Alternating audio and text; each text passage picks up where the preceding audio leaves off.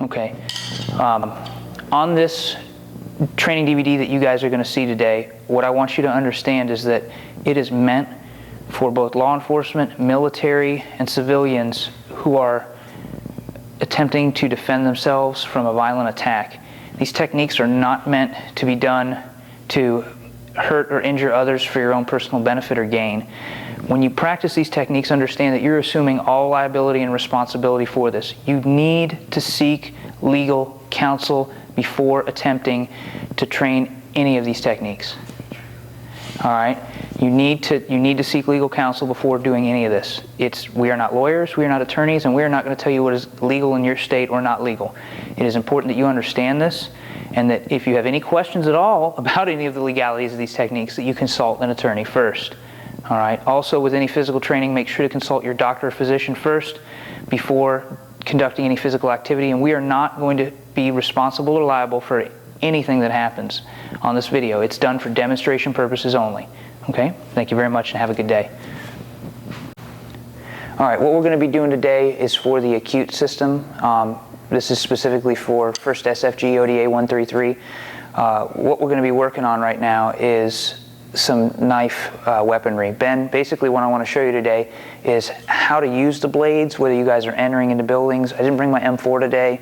I probably have some sidearm weapons here, but I don't think you're going to need that. You can pretty much figure out, if you got your weapon slung, you need to drop it, how to use the knives. Understand you don't have to use two. I'm showing you this so you can understand how this transitions to the empty hand, and really what you're going to have is a very effective means of using any weapon as a weapon when you get done doing this today. I'll go through and explain that in just a minute. What I'm going to show you first is actually how to use the knives against the empty hand, because for you that makes sense. Okay, for the environment you guys are in, that just makes sense. Obviously you don't have to have the knives, or you can have other objects, which we'll get into towards the end of the training. So first I'm just going to show you all of what we call the Inosanto Lacosta Gun Tang routes, okay, and that'll make sense after you see them. And then after that I'm going to show you how to apply it in different scenarios and then with different weapons. Okay? All right. So starting from, ready? Okay. So the first set or series we're going to deal with, everything's pretty much jab cross just to make things simple. 2 punches that I'm countering. You don't have to use them this way. We'll get into other avenues in a minute, but we're going to start with this. All right. So taking a left lead, I'm going to be holding the knives in what we call a dagger down or dutas position or ice pick grip. All right, or pakal grip, sometimes they call it. Ice pick works, dagger down, whatever you want to say. All right, this you'll see makes an effective means of using the blade. The knife works just as well in this position, but on some of the Gun Tangs it's not as efficient, where this is a little bit more efficient. If we were going knife to knife, if Joey had knives, this would be smarter for me. And if he wasn't wise enough to do this, if he went dagger down, even better for me, because he loses range. I have a longer reach now. Even when he extends that out that way, I still have a longer reach here. So if we were fighting knife to knife, this is a better way to go. If he's empty hand, it doesn't really matter. People go, oh, if you ever encounter a guy with a blade like this, watch out because he knows what he's doing. That's a complete fallacy. A knife is just as dangerous this way as it is this way. All right. So Joey's going to jab. When he jabs, the first thing I'm going to do is scoop this. I can always, for simplicity's sake, just stop it right there. You can see with the blade how effective that is. All right? It's just stopping that. Just like that, I can also parry it. Okay? I can just parry it right off to the side. So when he punches, I can parry. I can run it straight in, and that would be the equivalent of a catch or a parry this way. All right? Or I can scoop it. I can scoop with a small scoop, which is what we call the cut. All right? Or I can do a large scoop, which is more of a throwing the arm, which we call waslick. That's important because if I want to open this line up, I can really throw that arm. Now, I'm going to change places. When I do this, if you watch, when I open that, you see how I check this hand here. That's really important, okay? Because I want to jam that gun. I understand he's going to fire that shot off next. It's coming. It's coming immediately. So whether I tap this here, all right, or parry it, all right, or scoop it, all right, whether it's the cut or waslick, I really want to check this hand, especially if I do the cut or waslick, because when I push this arm, it tends to chamber that right away for the punch. That doesn't necessarily occur here or here, but it will occur when I go here, because see, that wants to come out right away. All right. The other thing if you understand the principles of boxing, is he may want to hook back. If I scoop this, he may want to hook right back. We'll deal with that in a minute. All right. So again, the basics are to just catch it, to parry it, and to scoop it. Either this way with a small scoop or this way with a really big scoop. All right. And on the scooping motions, we always want to check that rear hand. Now, to take care of that rear hand, all right, we understand we can do any of these motions. I'm going to use the scooping motion for right now. All right, this is a small motion. When he punches, I'm going to receive with this hand, and I'm going to parry it offline. So even if I screw this up from here on out, that's not hitting me in the face. All right, that's important. I don't want to get hit. And the other thing I do is don't just stand here and try and move this. What I'm going to do is also move my head and my body. So as I go here, I'm going to move my head and my body. You can see how I can insert the blade in at any point. All right. So from here, when I scoop this, now parrying, watch what this dagger does. It can cut diagonal up, it can cut horizontal, and it can cut diagonal down. It is extremely efficient. If you remember Sergeant Haskins, I broke his hand doing this training in the empty hand method. Here, bam, it's right here with the empty hand. See how the elbow smashes. So I can go diagonal down, I can go diagonal up, or I can go horizontal across. And at any point I can intercept that. You see I'm catching him a little early, that's great. See I'm catching him a little early, fine. He doesn't even, I may not even give him a chance to throw that punch. So he goes here, I jam it right there and smash it. See the positioning? I come right in and jam him, crash, knock him over. That's what I want. I don't want to give him an opportunity to do anything else, so violence of action occurs at that moment. So with the knives, scooping, catching, see jamming the gun, again, diagonal down, horizontal across, diagonal up. Look at the positioning here, all right? See, notice I can either push him, or there's that same Likos. Notice knee in the belly here, real important because I'm still up. I don't want to get down on the ground and grapple with him because I can't see multiple opponents in the battlefield, but this eliminates. All right, if I do manage to get this eliminates very well, Ben. This eliminates, all right? It's just very effective for taking out your opponent because you have the brachial plexus right here. That's one of the largest arteries, second to the aorta, and it's closest to the surface compared to some of the other ones that you can have to fish for to really get. So it's a very effective means for neutralizing the enemy. All right, so again, I can catch, if you want to take the same theme with this technique, I can catch the first punch and then jam this and cut. Now you're cutting the hands both times, okay? One thing to keep in mind if you're going to do this without a blade is that either I have to jam this to elbow it, or if that gets a full extension, I'm going to be crowded in here. So I have to watch my range. I'm either going to have to lean back to get that elbow in, or I'm going to have to stop him ahead of time to get that elbow in. All right, it's real important to understand your range. See, there's that same takedown again. You can armbar. I would recommend if you're going to do that, breaking it here, as opposed to going down into Jujigatame. All right, I'd recommend breaking it right here if you need to, or same thing, up, up, up, up, up. You know, and if you need to cuff them, flex cuff them, whatever, take them out of the building, whatever you got to do. I understand you guys, you know, depending on the ROE. All right. So, one more time here, and then jamming and cutting. All right, or diagonal down.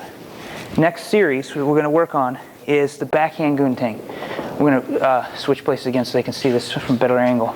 So the first thing I'm going to do is same thing, either parry, catch, scoop, whatever with the first hand. All right, the second hand is what I'm interested in getting. Why? Because if I start doing some real fancy, over complicated techniques here, I'm going to get punched in the face with this hand. All right, it's as simple as can be. People don't throw one punch in a battlefield situation. They're going to be throwing multiple strikes. We're going to deal with more than two. This is two is just the way we start. All right, so when that jab comes, same thing. I'm just scoop it. When the other hand comes, I parry across and come right up under either this way or this way. If I go that way, this inserts right away. Again, it could go right into the brachial artery. So from here, I scoop, parry, backhand. This may be a little bit difficult. You go, what if I miss? That's fine. Scoop right around, see, right in the face, here. You can go into the hip. This is nice because you're going to put them right down if you put that in the crease of the hip. Even with the metal training weapon, you'll find that to be very uncomfortable. You can use the hand, but this works really, really good. It's very uncomfortable. The crease of the hip, right in there, all right? So again, scooping, all right? I can also, when I parry, cut upward. which then gives me the ability to do this. See, moving on the line, see how I cut his balance off here? If I just do what we call walking the line, walk straight forward, there's the knee to the face, and I can keep going. All right, so back up this way a little bit. We're going to do that same thing again one more time. So from here, see, I can scoop it, parry, notice cutting up, all right, grabbing. Now look, I'm going to check this hand. Why? Because I know it's coming, all right? Can he get around that? Yeah. I mean, I'm not necessarily trying to pin it here and have a wrestling match. I just want to come in and cut that for a brief moment. So when I do this and walk the line here, I'm ready to go. Notice at that point, I can keep going forward or I'm still up. If he pulls me down, that's when I have to grapple, but not until then. Don't willingly go to the ground with anybody ever, all right? It's just not a good idea, because if he has a blade or he gets one of my blades, now he's in proximity to repeatedly do what we call the sewing machine or stab me a lot, and that's not good for a battlefield situation. Even when you're moving in working with whatever size team you're working with, even a 2-man team, 3-man, 4-man team, even if you got a whole Alpha Bravo team with you, the problem is, in a few seconds, he can stab me several times. It doesn't matter how many people are there. You shoot him, that's great, I'm still bleeding. All right, and you understand, you went through the same courses I did with dealing with cone of penetration and whatnot from a stab wound. So you understand that the lethality of the weapon. All right, so that's the backhand Gun Tang. One more time real quick with that. So we go here, and it's just right here, either up or in, all right? You could stay on the inside, or, see how I do that? I just roll my arm. So as I go here, when I parry this and either thrust or cut up, I just maintain contact with his arm. At this point, I can grab it. I don't have to grab his arm. If you're worried about it coming back at you, that's why I always have both hands up. Watch. See, when I go here, see how this hand's still up in my face? If he tries to hit me with that, I've still got the blade here, and this is still coming in. I can still check this here. All right, there's your Kinjit motion. Same thing. Pull this up right here. All right, about 1.5 minutes, he's dead if you don't treat it with a pressure dressing. All right. Next is going to be inside Gun Tang to inside Gun Tang. All right, we're going to switch positions again because you've already seen the second one. So now the idea is just the same thing, but we're doing it on both hands. So when he throws the jab now, I'm going 1, all right, and then I'm going 2. You got to understand, these training knives are fairly large for training knives. I just grabbed whatever I had in my bag today. I don't have my smaller ones, but this is about the size of a bayonet or whatever you guys are going to use. Bayonet will work for this method, even though we don't sharpen them. So when you're here, even with these larger ones, I can still operate. See, leaving my hand up, and you can still operate. Watch this from the empty hand method. I go here, I go right there. It's very easy to do. A little bit faster. See, and there I am, right on the inside again. There I am. I can step in if I want. He's off balance. There's that same what you call a circle throw. If I had the blade, that would be there. I got to watch both hands because even when he's on the ground, now I've got to deal with that. Okay. All right. So that's the backhand Gun Tang. All right. So we're going to do another series here now. Basically, we're going to show you the outside vertical Gun Tang. This works really well against a barrage of punches with the blades or without them. All right. So when the jab comes again, I'm just going to scoop it for simplicity's sake. When this second hand comes, I'm parrying across. All right. What I'm going to do with this hand is from the outside, I'm going to lift as if I'm doing a high cover. If you remember boxing training, this is the high cover you want to prevent from getting hooked in the head. All right. So from here, scoop, parry, and lift. As you lift, obviously that's cutting here. Okay. So again, scoop, parry, cut. All right. Scoop, parry, cut. Also, look at my feet. Notice that when I do this, I'm stepping off at an angle. We use female triangles. All right, so I'm going to use the knives to delineate those angles while you watch my hands. All right, so as he punches here, see how I step off at that angle? I don't step straight into him, otherwise I'm going to get hit. And I'm trying to sector away from that rear hand, so if it comes again, I can still stop it, and I'm in control here at any point. All right. So it's real important to understand that no matter which side I do this on. If I'd want to do an outside vertical Gun Tang on the lead hand, because I realize this is going to be real nasty real fast, come a little closer, and he punches from this side, it's all right. There it is on this side, okay? See, there it is. Doesn't matter. I understand that the rear hand's coming, so let's look at the beauty of this technique. When I do this here, all right, if the rear hand comes right now, I'm covered, all right? I'm covered. I'm already covered. So at any point, if he's faster than I think he is in this, I'm already covered or starting to cover. Look, there's a nice lock right there. I didn't have to even work for it. All right. Same thing, if I don't get that lock, watch what happens. All right. When I parry here and he hits, if I don't get the lock, look where we are. We're right back in this area right here. I can put that back in there. I can cut here. See the knee to the face? You know what we're going to do next. Yep. There's your same circle throw, but with assisting with your leg.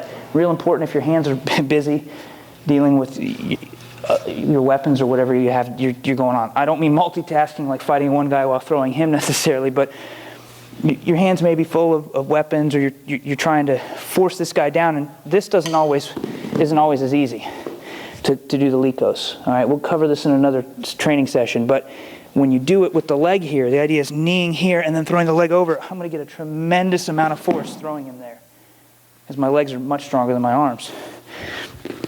All right, and unless you're Ellis, I don't know if you remember him, that's usually the case.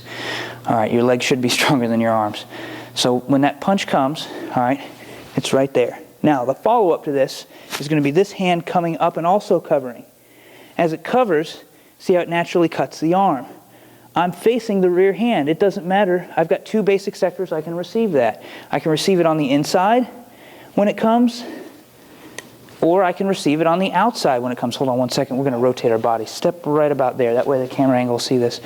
So that rear hand comes. If it comes inside, see, I could there again, that same high cover motion, stepping in and off balancing. All right. If when I do this, it's straighter, then I just have another outside vertical Gun Tang. And look, see the motion? See how I'm always trying to get offline, be able to watch my environment. All right. I don't want to block the fatal funnel. All right, we understand that. I don't want to be jammed in that doorway. If I've got my M4 strapped here and I do have to draw a blade, the nice thing is if I have a right side carry, depending on whether you have a sidearm here, it's on your LBV or Molly gear. All right, when I have my M4 here, wherever this is strapped, it can be right here on my chest. That's great. I can pull that out really easily, and I already have a dagger down grip. I don't have to work for it. I don't have to work this way. I mean, if you carry the blade on this side, you're going to get this draw really simple.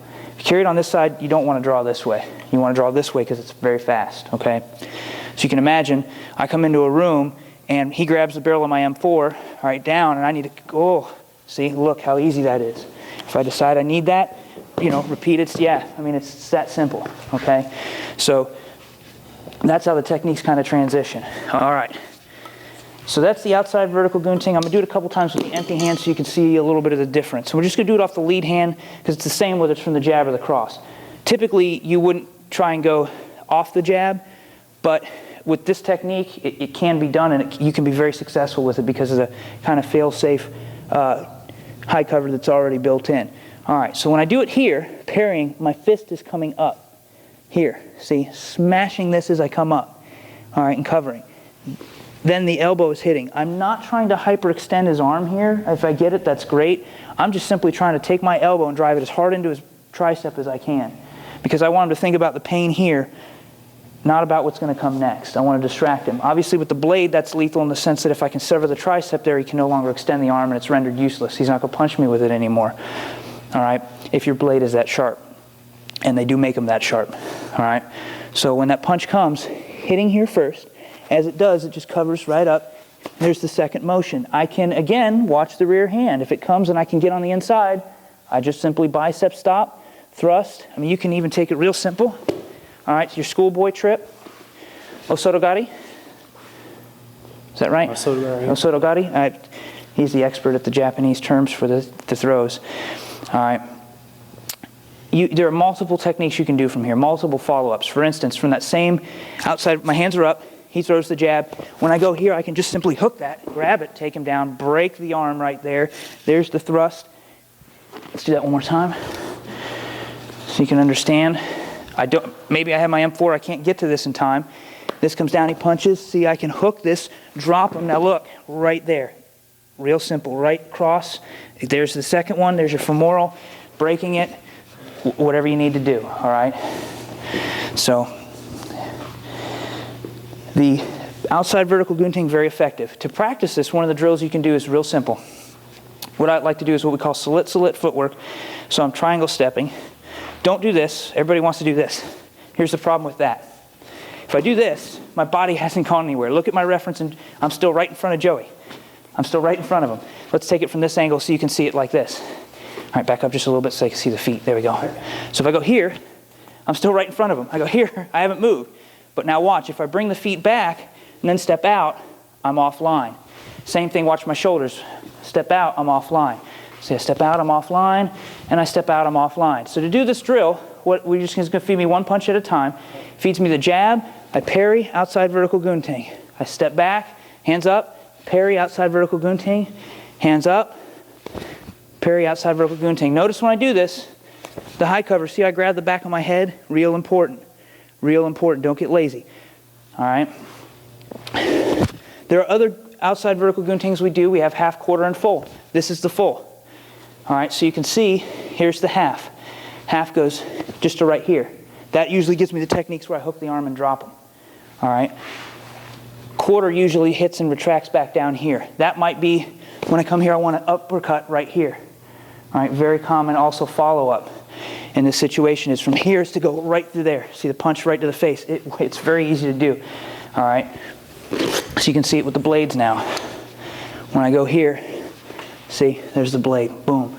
Watch this. I'm not going to hit you in the face. Tucking that. Now I've got a different version of that same circle throw again. Okay, so there's also with the Liko, so that round throw, Labai, they also call it, Puter Kepala, depending on which Indonesian art form you learn this. You have same one we talked about earlier here, turning like this. Thank you. We also have it when we do it. All right, I can go this way with it. Actually, let me do, yeah, this is half. All right, right here, and it's just right here. All right, let me do that again. So to get there, you would want it. You could just cover an uppercut. As soon as you do, grab the head and the arm. It's the same type of motion. I'm twisting him and turning my body out of the way. There he is. All right. And the last one is quarter, where I split entry right here. All right. And I push on his arm here and make him kiss this elbow. And there he is. Same technique. There's the thrust again to the armpit. All right. The Japanese had it right with the Juji Gatame. All right, they have a lot of these techniques. I'm showing you the Filipino method, but that's why you expose the armpit a lot of times on the arm bars, really, is to get that thrust. You don't teach that very often, all right, because of the lethality. So those are the throws. So now looking at that with the weapons, you can see some of your follow-ups. I just wanted to show that to you. All right. If I can vertical Gun Tang on the outside, I can vertical Gun Tang on the inside. I'm going to have you do jab cross just so we don't have to keep changing positions. That way they can see the inside vertical Gun Tang, okay? So when he throws, watch. Parry, up, remember? See, instead of going this way, there it is. I can high cover again if I'm worried about that arm coming for a second punch. Let's say I don't get a chance to check it for whatever reason. I go here, all right, and I'm worried about it coming again. Maybe I see him drawing it back to throw a hook rather than a straight punch. This is much more efficient. You can see with the blade what that's going to do, but even in the empty hand, let's take a look at that real quick.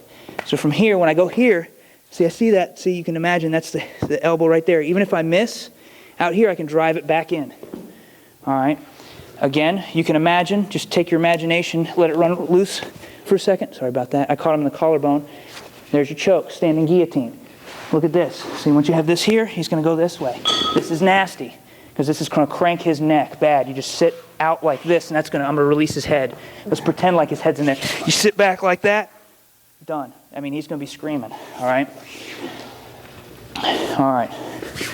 So those are your vertical Gun Tangs. Again, you have full is here, half travels over. See how I can wipe the eyes with that? I can also hook the arm, all right? And quarter doesn't even pass. It's just right there. That's great if he's throwing jabs. We're in more of a boxing environment, and I want to try and catch one. There we go. See that? Boom. See? There we go. All right. Finally got to beat something up. All right. That's right. So, yeah. So from there, you can see how effective that would be with something really fast. Then he maybe throws jab cross. So I go here and then go, oh, okay, I got it on that side. There's the elbow. See how that leads right into the grabbing of the head, the kneeing, sorry. And there's your circle throw, the thrust. If I have the blade, it's right there. If you really want to go into your grappling, it's right there. All right?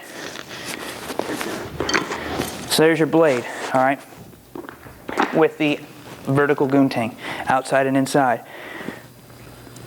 Next, what we're going to do is we're going to look at your, sometimes they call this an inward Gun Tang. Usually, usually we just refer to it as a Gun Tang, all right? So when he throws the jab, it's two hands working together. This, just like most of the other techniques, this parries, this cuts through. For this one, you can actually get a better illustration of it but by me doing it this way. It'll work either way. See, I'm cutting his, let's, give me your jab cross. I'll do it on the cross. See, I'm cutting his bicep right here, threading that back in. All right, so again, 1, 2. Here, don't worry about your hands crossing. It doesn't matter. If you watch, I go 1, 2, give me the hook.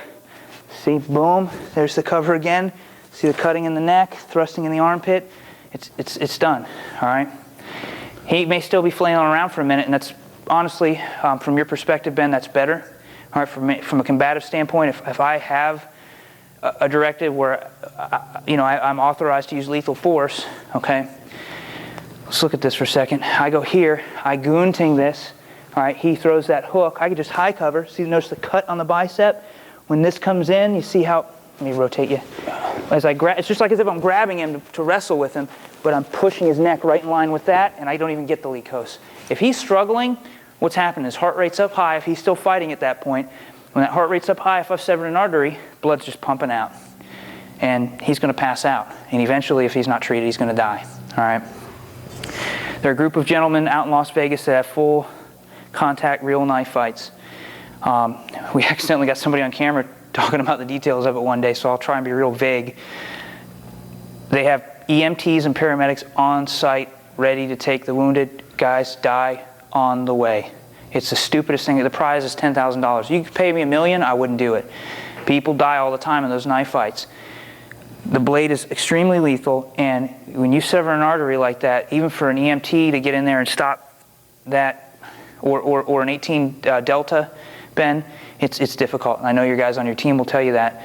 It's just really difficult to repair those injuries. So this is extremely lethal in that sense. So what we do when we're empty hand with that, I'm going to do jab cross again, and we'll slow down on the cross. So from here, this is raking across the bicep. You see how it comes back out and hits. All right, we always want to do that. This isn't empty hand. It may just make him angry. Honestly, it may just piss him off. But that's what I want. I want to get him off his game so I can get that shot in. Because as soon as that hits, this follows. What's next? Always the knee, and then that takedown. Because now I control the situation. What I'm not going to do from here is jump down on top of him. I might knee in the ribs, knee in the head, knee in the ribs, knee in the head. Hold the arm up, bam, kick it and break it. All right? If I have the authorization to use that kind of force. Okay? Obviously, in a street fight, that might be a little bit harsh, but it also depends on how many attackers are involved in the situation. That's going to dictate it. What are you authorized or allowed to do, and how many attackers do you have? But you notice in this environment now, I'm able to stay standing. Now, if he pulls me down, yes, I have to use my grappling, and grappling's good to know. But the objective there would be to get back to my feet as quickly as possible. All right?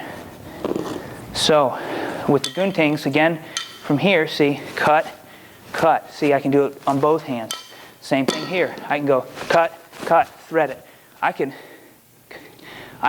cut this, thread that in, and then come back and pick that up. You can get pretty silly with this, all right? But that's the idea. You want to try and combine these techniques at this point. See, there's the horizontal back fist. So I can Gun Tang this, I can horizontal back fist, or I can Gun Tang this, vertical, thrusting, controlling the head, elbow. See how I'm in violence of action, I'm closing, all right? So when I do this, you're saying, well, I'm not going to use two blades, I can't draw two out. I understand that. It's just one. Same thing now. All right? It doesn't matter which hand it's in either, to be quite honest. You go, which one's better to carry it in? It's not going to matter. All right? He goes here for the first one, the Gun Tang's there, but on the second punch, now it's where I want it. Now the thrust is there. If it's in this hand, you go, well, you're only going to get this hand on the Gun Tang. Not necessarily. Look here. See? There's the lethal shot there. All right?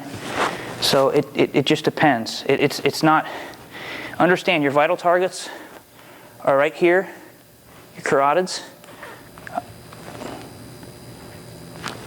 your brachial, femoral, all right, and right in between the penis and the anus. I'll be technical about it.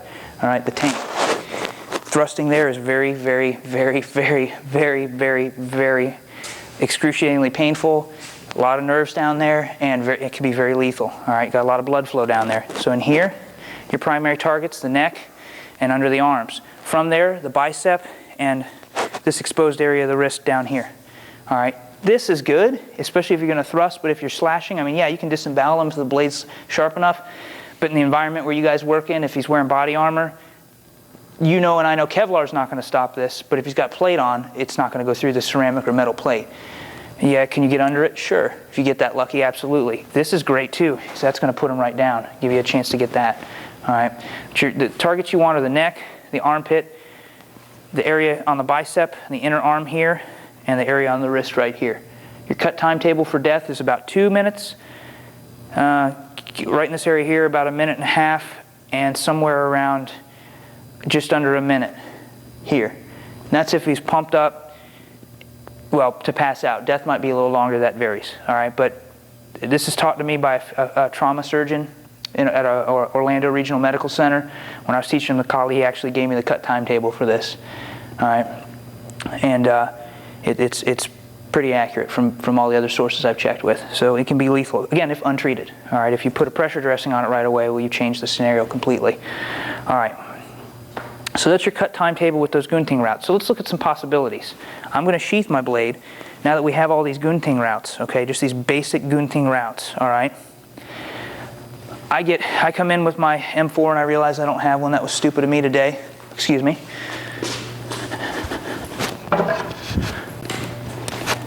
Now I've got my M4. I'm coming into a room. Joey's on the side of the doorway where I can't see him. As I come through and I'm clearing the room, boom, he's here. Look, it's just that simple. All right. If I want, there's the knee. If you want to get fancy, there it is. And look, it's right there. All right. You may not use these exactly the way I showed them to you. That's fine. But the drills will get you comfortable with using the weapons. All right. It'll get you comfortable. Some of the drills you can do that are real simple. You go knife to knife. Why are you going knife to knife? Because this way, if we're empty hand, we don't have to trade back and forth, okay? He cuts Gun Tangs, then he feeds me, I Gun Tang. He Gun Tangs, I Gun Tang. This, I wouldn't feel comfortable, Ben, if I had done only 1,000 repetitions of this a day, to be honest. Does it mean it won't work? Hell no, it'll work. But the more repetitions, the better, all right, to make you guys efficient. I know you guys have a lot of training to do, but I also know you pour a lot more time into your combatives than we did at 10th Mountain, all right? Anybody, no matter who's watching this, you gotta spend the necessary time. All right, if you're military, law enforcement, I know how much time you spend downrange firing a weapon at a target. I know how much time you spend firing it at other types of targets, whether they're moving, E-type silhouettes, pop-ups. We spend countless amounts of hour and ammunition. There's no reason why you shouldn't be doing that with all your other weapons. There is no excuse. Bottom line, if you want to be a complete warrior, you have to learn how to use all your tools. Does that mean you need to be as proficient with hand grenades? Not necessarily. Obviously, that's a gross, weapon. I mean, in the sense that you pull the pin, you throw it, it pretty much does its job. You won't want to be standing up when it goes off if you're close, all right? The point that I'm making, though, is you can be extremely effective with these, but like everything, you need to train it. You have to spend the time training it. Otherwise, the one weekend every 6 months isn't going to be enough. All right, it's just not. You guys are going to freeze up. Okay, so you got to spend some time with this. So back to you can do the Gun Tang, Gun Tang, Gun Tang. We can do any of these Gun Tangs. So do you have your blade still? Yeah. When I take it, grab your blade. So we can go with this now. Let's say we're going right to right. I can punch with my left, and he can do outside vertical Gun Tang with one knife. All right. So as I punch, he can go outside vertical. You're gonna want to go dagger down. Yeah, I realize that too. Yeah. There you go. See, beautiful. All right, then he punches. So I go here, parry, see I'm hitting, that's fine, cutting. All right, you can even scoop, there's the cut across the throat.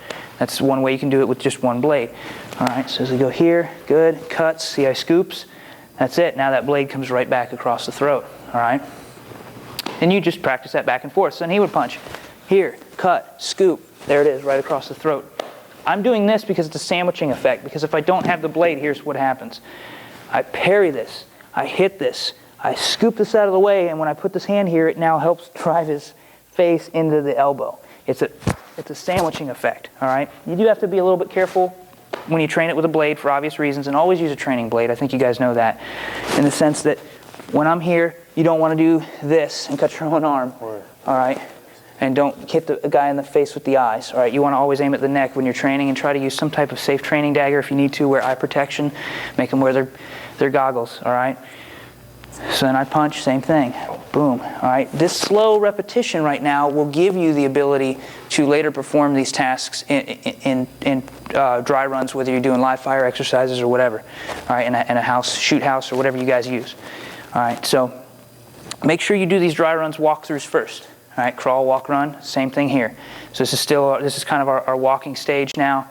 All right, later we can add these drills into another type of scenario where we are punching, straight punch drill. So we can do it right from here. See, he feeds, you're gonna want that one. See, this is a different drill. I'm not really trying to show you the drill right now as much as I'm trying to give you an understanding of it. Look, there's the cut. See, there's the cut. We're already doing, every time we do this, let's switch hands, the left side. Every time we do this, we're already doing the outside vertical Gun Tang. All right, see that? We're already doing it. All right, so now, when I parry that, see how I'm cutting there? Feeding that back, he's cutting it, good. I could Gun Tang across there, see? This is actually a great drill when you're doing an empty hand too, all right? Because when you come through, I'll let you disarm it, just for the fun of it. All right, so when we're doing this here, this works really good because I can Gun Tang right across there. See, I can smash that. All right, I can inside. And the nice thing about this is you can add all these elements that we just did with this one drill. Let's switch sides. So we go to the right side, same thing, so you can see it from this side. All right. So it's parry, hit, parry, punch. It's 1, 2, 3, and punch. If you listen, 1, 2, 3, do just the 3 count. Okay. 1, 2, 3, 1, 2, 3, 1, 2, 3, a little faster. 1, 2, 3, 1, 2, 3, 1, 2, 3, 1, 2, 3, 1, 2, 3. You get a nice little rhythm going. This, you want to get this first. Then you slow it back down a little bit and work your techniques. Okay, now bam, there's that. Notice I lean back a little bit to get my elbow in there. All right, you can practice horizontal, you can practice vertical, diagonal down. That's really going to dictate depending on how tall the guy is compared to you. Because if Joey's a little bit shorter than me, sometimes it's harder for me to come over, but it's easier for me to come under, or horizontal. Whereas when I train with Master Trail or Sensei Trail or just All Trail, it's sometimes easier to come over the top versus coming under or vice versa. That's going to depend on the size of your training partner or the opponent. All right, same thing now, smashing the bicep. See, that's that Gun Tang. Good. Outside just like that. Remember half? There we go. And quarter, so you can just feed that. All right, so there's that Gun Tang. We can go inside. We can go inside to inside. To understand this, we're just going to rotate our bodies while we're doing it. See? Now we're just going inside to inside. These are real important. All right, good. We can go outside to inside. So he can do inside on mine, I can do outside on his. All right, see, I can go here, good, and go back outside. It doesn't matter. There's the Gun Tang again right there. All right, Gun Tang. There it is, smashing this way. I can add the elbows, all right? That's a little bit more complicated. That gets into some of the serious levels of the Kali. If we start going elbow to elbow, this is how we start to work the counters. It's the same idea. The drill is the same. He catches, parries, like the outside vertical Gun Tang, traps, hits. It's the same 3 count and add the hit. All right, 1, 2, 3, hit. All right, 1, 2, hit. Oh, sorry, hit. There we go. We could be aiming for each other's arms. It still works. See? So when he goes, blocks it, it's still the same drill. In Kali, it's more likely that they're coming down on here than it is that they're coming to the face. It's because we love to destroy the limbs. All right? So it might be that I'm trying to come here. Later, you can add variations of that. Let me rotate us around. All right, so here, 1, 2, 3, see it? 1, 2, 3, elbow. All right, this is real important because you can start to shorten this and add other hits. Let me explain. I could just pick it up here. If I get lucky enough, add a hit here, and now add the elbow back. So he just picks it up, adds the hit, and adds the hit. So watch. Instead of parrying here, I took this out and just pick it up from here. All right, that's a sensitivity issue. If we're in here, all right, and I feel him start to throw that elbow, and I get that hand up, I can just pass it. Here's the shot, free shot right here. As I throw it back, he does the same thing. Picks it up, free shot, and throws it back. So I pick it up, free shot, throw it back. Good. See how we're just picking that up? That's a level of stickiness you usually get from Wing Chun and the Hubud. In Wing Chun, you'll get it from the Chi Sao, and in this Hubud, you'll get it, or in Kali, you'll get it from this Hubud. All right? So there. See how you're just pairing that up? That gives us that free shot. So now let's go back and look at this. Now when we're doing it, that makes sense. If I go here and try to go here, see how he can stop that already? Now we're mixing the drill. If I back up, we're right back in that punching range, adding the Gun Tangs and everything else. Why would I want to do this?